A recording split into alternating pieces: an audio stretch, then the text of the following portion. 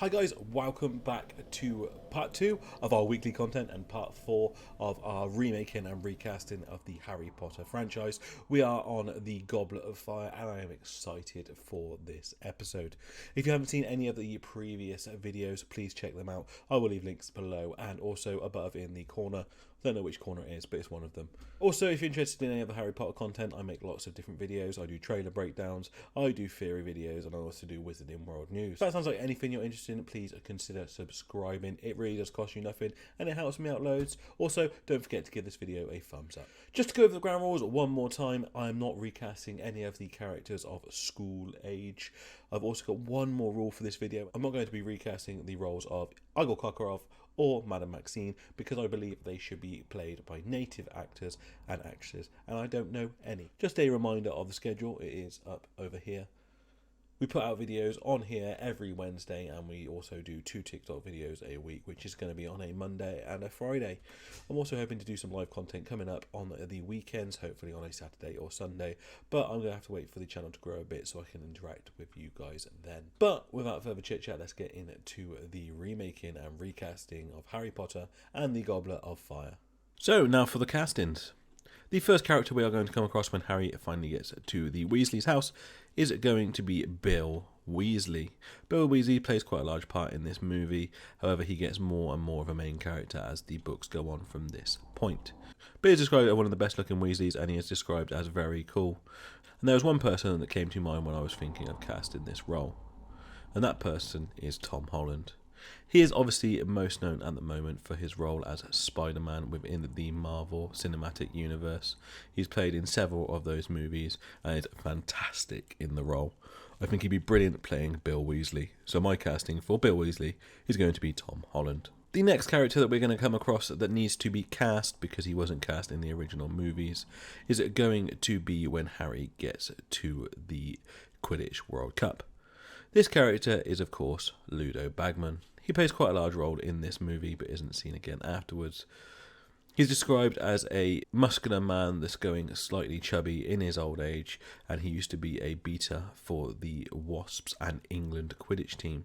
When thinking of this character, I had someone in my mind that I really couldn't stop thinking about once I put him in that character, and that person is Pierce Brosnan.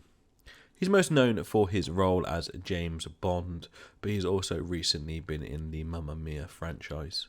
I believe he'd be very good at playing the role. I think he can portray the very confident sports person, but also portray that slightly secretive side as we see come out of him as the story goes on. So my casting for Ludo Bagman is going to be Pierce Brosnan. The next character that we see in the same scene is going to be Barty Crouch Sr.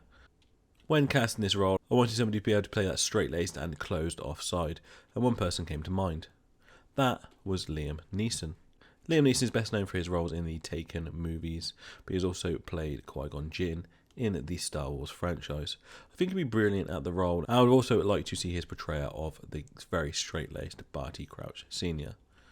So my casting for Barty Crouch Sr. is going to be Liam Neeson. When Harry goes to school, there is obviously the case of the new Defense Against the Dark Arts teacher to cast, and this is of course Mad-Eye Moody. When casting his character, one person came to my mind, and once he was there I really could not get him out, and I think this is going to be the most controversial casting in the whole of my series. He is not a British actor, however he is known for his voice acting, and I think he'll be able to do a British accent very well and pull it off without anybody giving too much notice. My casting for Alistair Moody I think should be Mark Hamill. When you look at Mark Hamill, he now has grown into the aesthetic of Mad-Eye Moody. And when you see him voice acting in roles such as the Joker, I believe he can play that slightly twisted and crazy side of Mad-Eye Moody that we see come out throughout the books. Mark Hamill is best known for his roles in the Star Wars franchise. He obviously plays Luke Skywalker in those and is very beloved in the roles. I believe he's got the acting potential to be able to play any role in this series, but I'd love to see him play Mad-Eye Moody. So my casting for Mad-Eye Moody is going to be Mark Hamill. As the Triword Tournament progresses, we see the introduction of Rita Skeeter. I struggled casting this, however I did settle on one person, and that was Gwendolyn Christie. She's best known for her role in Game of Thrones, where she played Brienne of Tarth. She was incredible in Game of Thrones, and I loved her character. I think she would play Rita Skeeter incredibly well. I would like to see her play a slightly less serious role, and Rita Skeeter can definitely be portrayed in that way. So my casting for Rita Skeeter is going to be Gwendolyn Christie. Towards the end of the book, we get the introduction of the main villain, and that is, of course, Lord Voldemort. I've seen several suggestions who should play this role online, however, I have come up with one that I haven't seen mentioned very often. I would love to see Andy Serkis play Lord Voldemort in my series. I would like to see Voldemort portrayed more in the way that he was in the books, with his red eyes and very snake-like features. He'd be very comfortable if they did it via motion capture, but I also believe that he would be able to portray the character very well. He is very good at giving off those sinister vibes that he does when he plays as Sméagol and Gollum in Lord of the Rings. Also in the books, Lord Voldemort is described as having a high-pitched voice. I believe that Andy Serkis will be able to do this voice perfectly. I would love to see him in the role and think it would be incredible. So my choice for Lord Voldemort is going to be Andy Serkis. The final character we actually meet as a reveal rather than a memory is going to be Barty Crouch Jr. There's only one person in my mind who can play this role, and he's very well known for playing a spy previously. I am of course talking about Tom Hiddleston. He is best known for his role as Loki in the Marvel Cinematic Universe, and he plays that part perfectly. He's also got a TV series coming out very soon. I think Tom Hiddleston would be very good at portraying the sinister side of Barty Crouch Jr.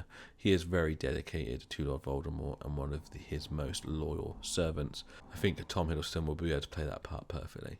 So my casting for Barty Crouch Jr. is going to be Tom Hiddleston. So now is the section of the items that have been missed from the original film that I would like to see included in this series. I'll break them down into very short explanations as they are numerous in this series. So the first thing is when Harry spends some time with the Dursleys at the beginning of the series. This includes a hilarious scene where the Weasleys turn up via Floo powder to try to take Harry to the Quidditch World Cup. However, the Dursleys have an electric fireplace, and all sorts of mayhem ensues. The main thing missed from this is the Quidditch World Cup itself. Everybody was so excited about seeing it on film, and it just never came to fruition.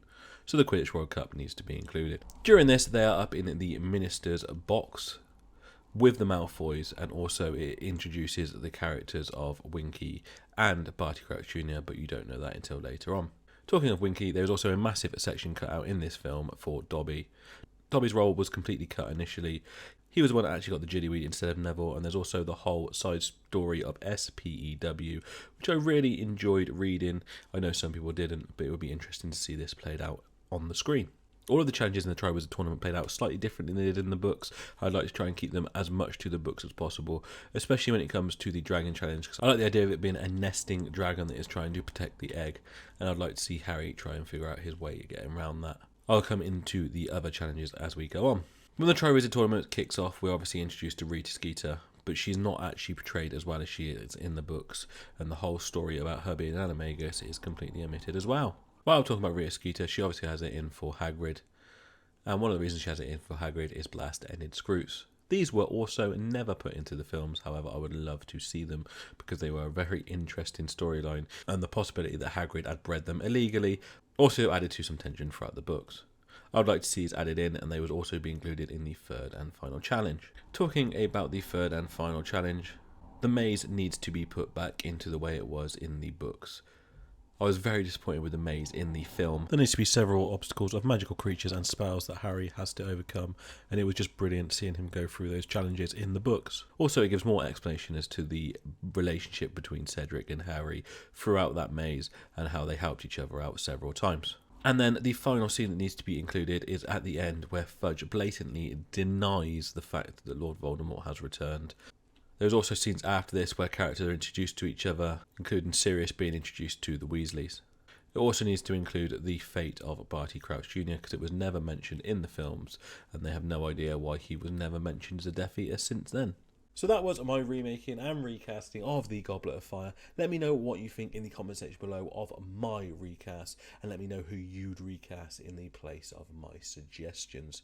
Also, if I've missed anything out that should be re-added back into this series, please let me know.